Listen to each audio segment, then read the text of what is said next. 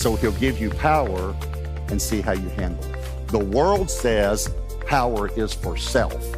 The Bible says power is for others. Are y'all catching that? I know that was a quick statement, but it was a powerful statement.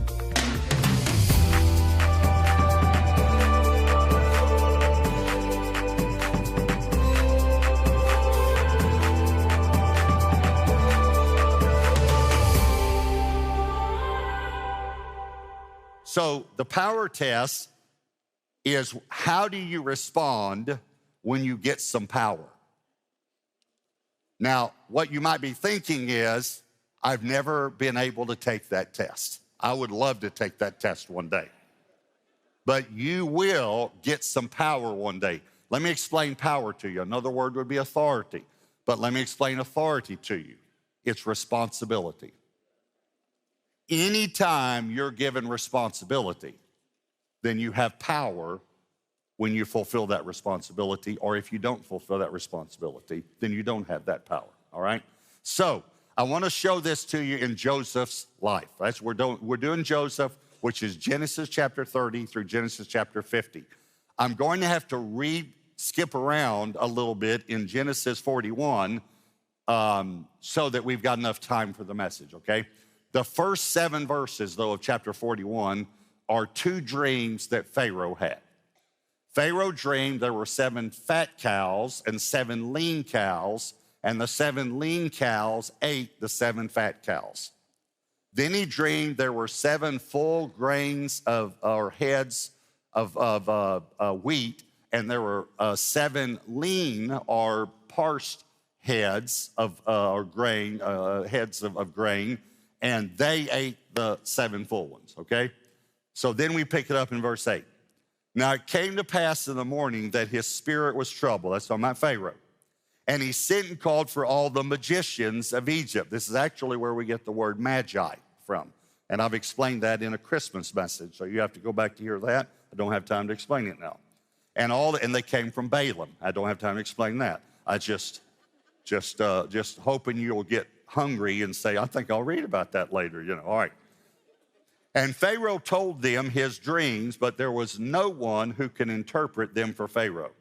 Then the chief butler spoke to Pharaoh. Remember, Joseph interpreted a dream for him in prison and said, I remember my faults this day. In other words, I remember that someone interpreted my dream and I was supposed to tell you about it, but it's been 2 years since then. Verse 14. Then Pharaoh sent and called Joseph, and they brought him quickly. I just want you to notice this, because the power test comes quickly. You can be called into the boss's office one day with one position and walk out of his office with another position. So it can come, the power test always comes quickly. Now, what I mean by that is you're saying, yeah, but it's been 7 years I've been waiting for this. I know that. But one day, it happens just like that. That's the point, okay? They called him quickly out of the dungeon, and he shaved, changed his clothing, and came to Pharaoh. Obviously, he needed a shave and new clothes, okay. Chapter 41, verse 37. So he interprets the dreams. So the advice was good in the eyes of Pharaoh and in the eyes of all his servants. And Pharaoh said to his servants, can we find such a one as this, a man in whom is the Spirit of God? Notice again, unbelievers recognized a wisdom that Joseph had, they attributed to God. Then Pharaoh said to Joseph, inasmuch as God has shown you all this, there is no one as discerning and wise as you. You shall be over my house, and all my people shall be ruled according to your word. Only in regard to the throne will I be greater than you. So this is the power test. Now, let me say something. The pride test is how we respond to the dream. The power test is how we respond to the destiny. To give you another one, use another test, the prison test is how we respond when bad things happen. The power test is how we respond when good things happen. So let me just help us again where we are. Joseph is now 30 years old. He has not fulfilled his destiny. He has just started his destiny. He has been given power. Now we're going to see how he handles that power and that authority. One day, you will be given power and authority, if you haven't already been, wherever you are, or whatever God has called you to do. But please hear me. It is a huge test, and I'm going to call it something other than the power test just for a moment so that we get it. It is the test of success. It has been the hardest test I've ever taken. It was much harder than taking the test when I couldn't pay my bills. Success is a huge test that we all go through. We get success in some area, and there's a test. In other words, what's amazing to me is like someone says to us, hey, I'm going to be out of town next week, and it's our group leader, our small group leader. Would you teach the small group next week? You say, oh, I couldn't do that. I've never taught the small group. I can't do that. It's not my gift. You're going to have to ask somebody else. And it'd be funny to me if he says, well, I asked everybody else because I thought of you last, but, you know, but you're the only choice I have now. But let's just say he said, well, I really believe I prayed about it, and I believe God told me that you're supposed to do it. And so you reluctantly agree. And then you're scared all week. You're scared to death. You work real hard. You teach, and God puts his hand on it. And you even are thinking to yourself, wow, this is coming out really well. Thank you, Lord. And then people come up to you and say, that was fantastic. You did a great job. You could probably lead a small group for yourself one day. And on the inside, you think, yeah, I knew I'd be good at this. You just failed the power test. So here are my 3 points, and I phrased them in questions. Number 1, from where does power come? From where does power come? Thomas and I are grammarians, and so we talked about this. I had to use correct grammar.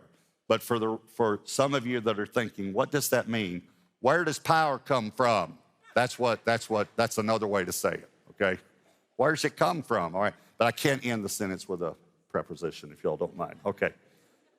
From where does power come? Anybody have an idea? God, obviously. Psalm 62:11, God has spoken once, twice I've heard this, that power belongs to God. This next verse, I've told y'all this before about other verses, but I say it all the time, is the funniest verse in the Bible. So I say that a lot, I know, but a lot of verses are funny to me.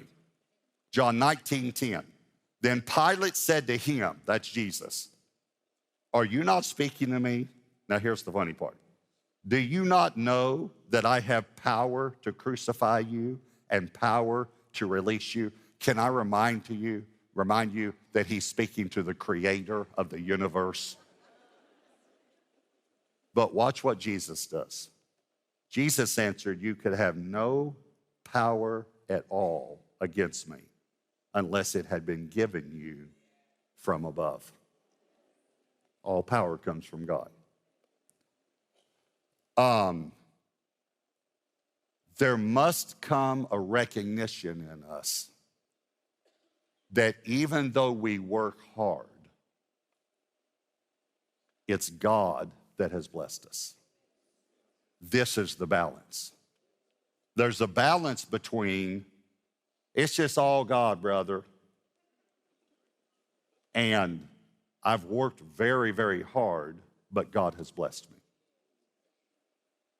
And then the other side of it's just all God is, well, I know God has helped me in my church life, but in my business, it's been me. Or it is I, if you want me to use grammar, okay, all right.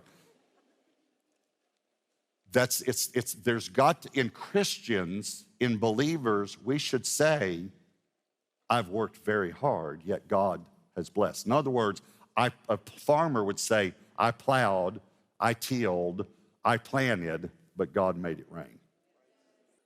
So that's what I think Joseph understood. So I promise you, you will take this test. Now, here's something else you need to know about power.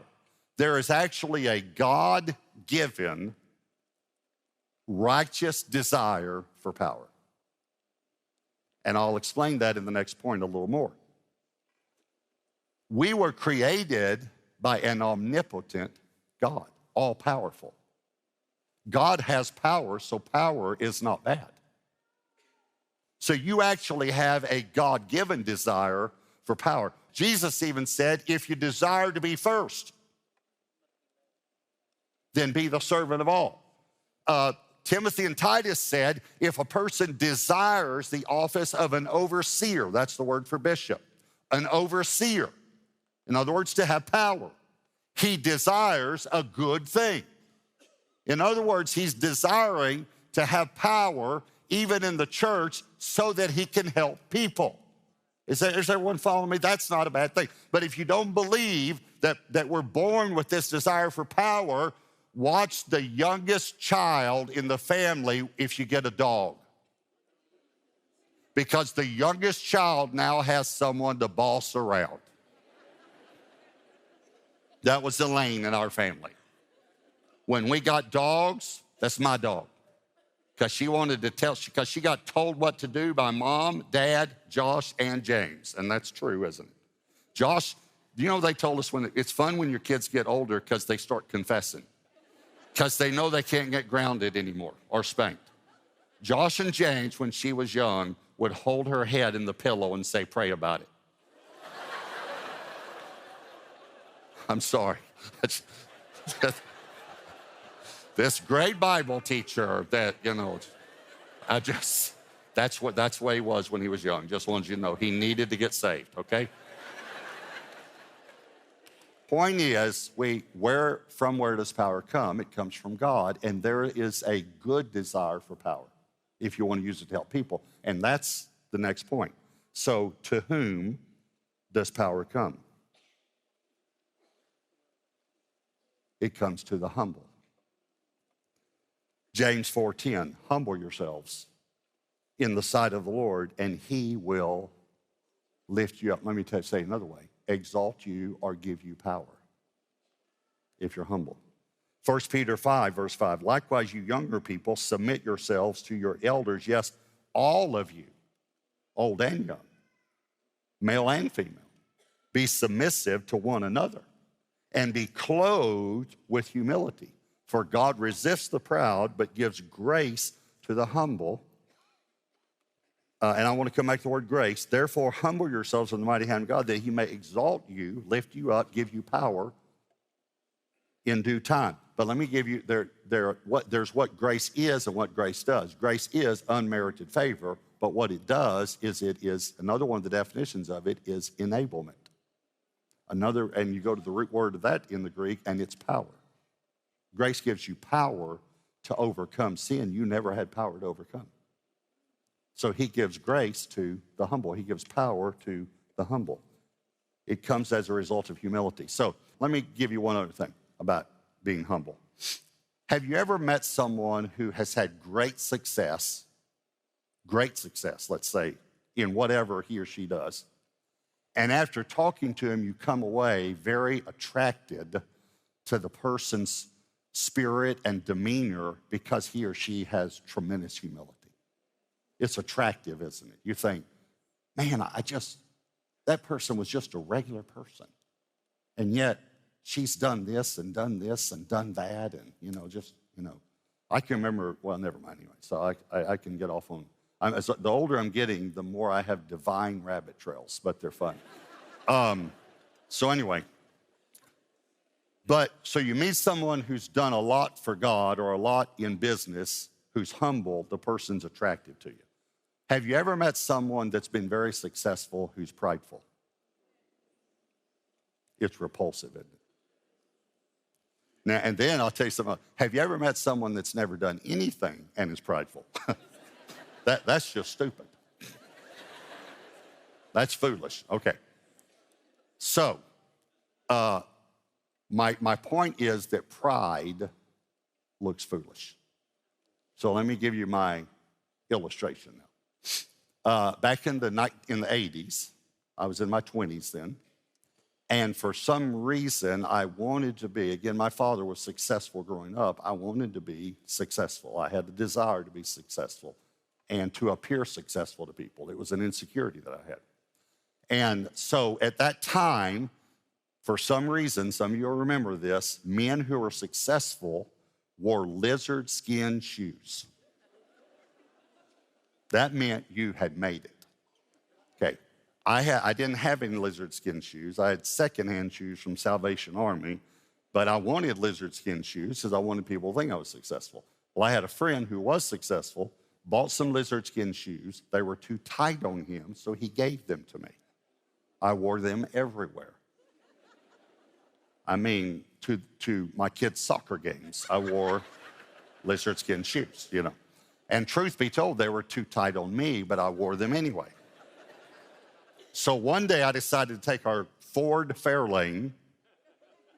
Some of you don't even know that Ford used to make a car called Fairlane. They're now collector's items. Back then, nobody collected them. That's how I could afford it. And so I drove it to the car wash one Saturday to get it washed, but wore my lizard skin shoes. So everyone there would think actually the Mercedes was mine going through the, car wash. And it's one of those where it had the long hallway and everyone would stand at the window watching the cars go through. You know those? Okay. But at the front of it, at the front part, was a place you could get your shoes shined. So I got my lizard skin shoes shined.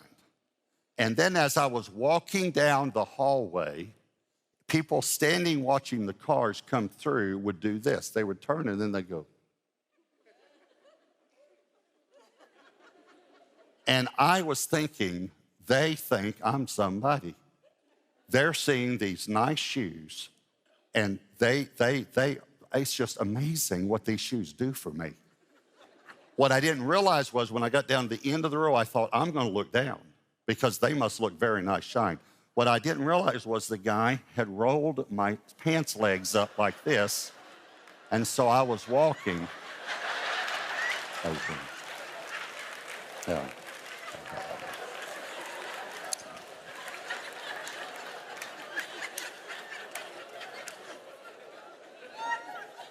My point is that pride looks foolish.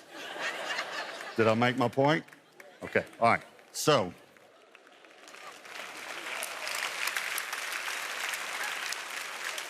here's point number 3, and it's quick. Why does power come? I told you I'd get to it on point 2, but it's actually point 3. Acts 10:38, God anointed Jesus of Nazareth with the Holy Spirit and with power, who went about doing good and healing all who were oppressed by the devil, for God was with him. Why does God give power? So you'll do good and help people.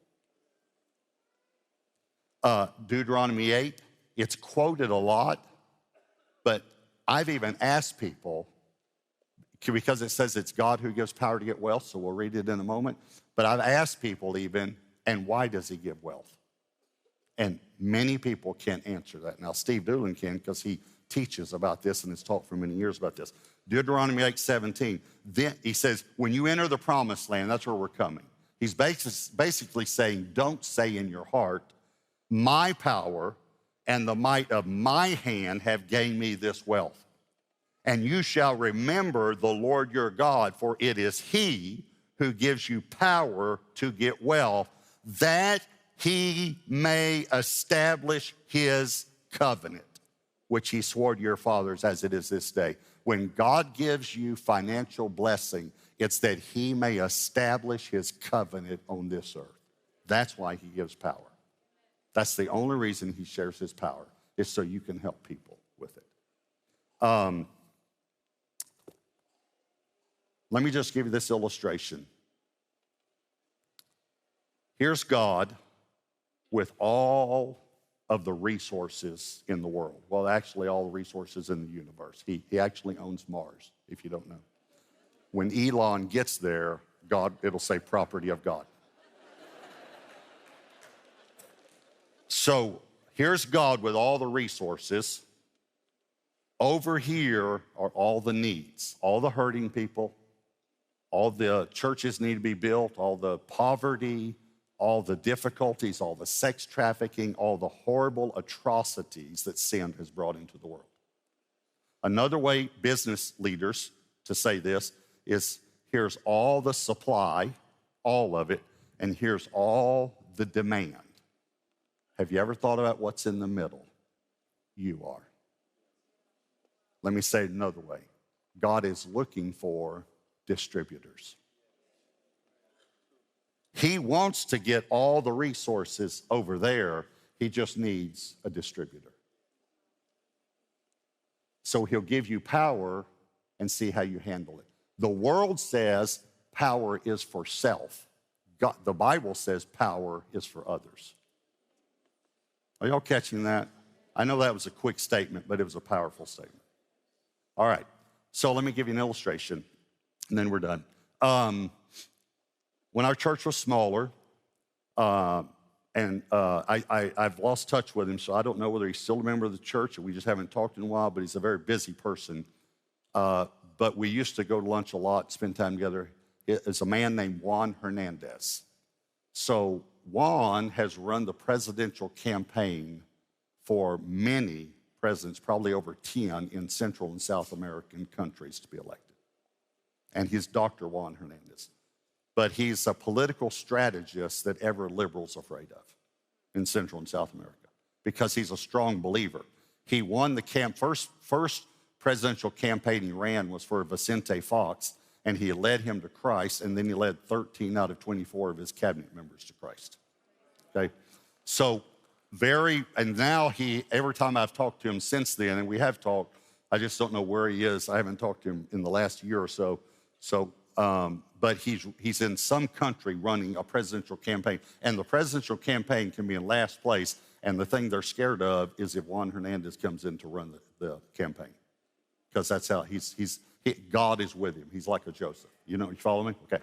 So after a Saturday night service, when the church was smaller, I was standing greeting people, and this couple came up that I knew and said, hey, we want to introduce so-and-so. She and her husband have been missionaries to Mexico for 40 years. And I'm just overwhelmed. I think, wow, I'm meeting saints right now. I mean, missionaries for 40 years, And I said, oh, it's so wonderful to meet you. I said, I just feel like asking you, is there something that I can pray with you about? And she started to cry, and she said, yes. She said, my husband is still in Mexico. We have a 1-year furlough. And I was released, but there's a problem with his visa, and he's been there 2 months. We've been separated 2 months. And it's 2 months of our 1-year furlough, And we've tried every avenue, and we don't know what it is. And I said, well, we have a guy in our church named Juan Hernandez who knows a lot and has helped he knows the president very well. So I said, let me get your name and number and talk to him to see if he can do something to help. Next service, I'm standing down at the front talking to people after the service. This guy comes up and said, hey, I wanted to introduce myself to you. I haven't met you yet. We're new here at the church. And his name was Jose something. I don't remember his last name. He helped translate one of my books into Spanish. And he said, I'm Juan Hernandez's cousin. And I said, oh, I want to get in touch with Juan because I told him about this lady and about her husband. And he said to me, I will take care of it. And I said, okay. I said, how will you take care of it? He said, I'm the Minister of Immigration for Mexico.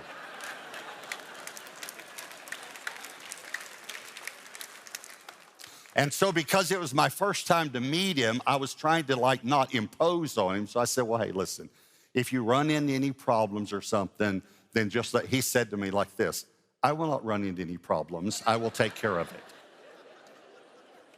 On Monday, he had his visa. On Tuesday, he boarded a flight and came home, the missionary.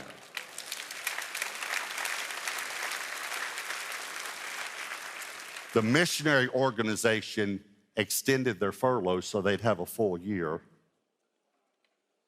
And at the end of the year, the man passed away and went to be with the Lord.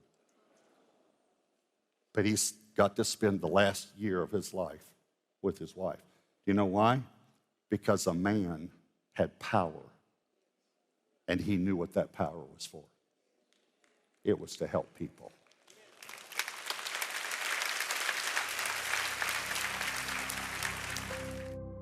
Omnipotent.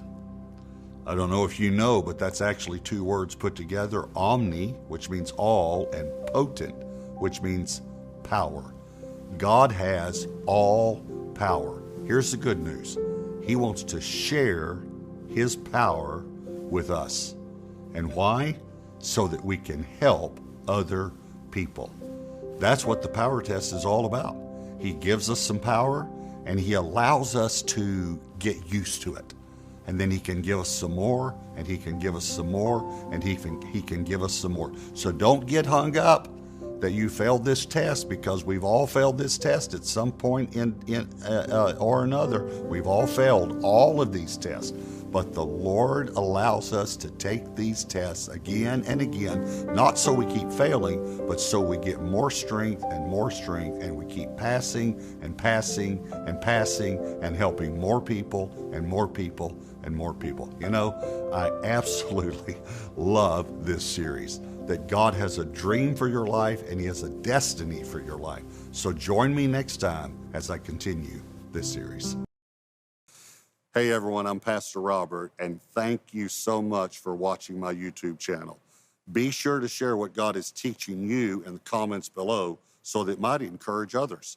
And click the subscribe button and then tap the bell icon so that you'll be notified every time a new video is posted. And don't forget, you can watch full episodes anytime right here on my YouTube channel. Thanks again for watching. Watching.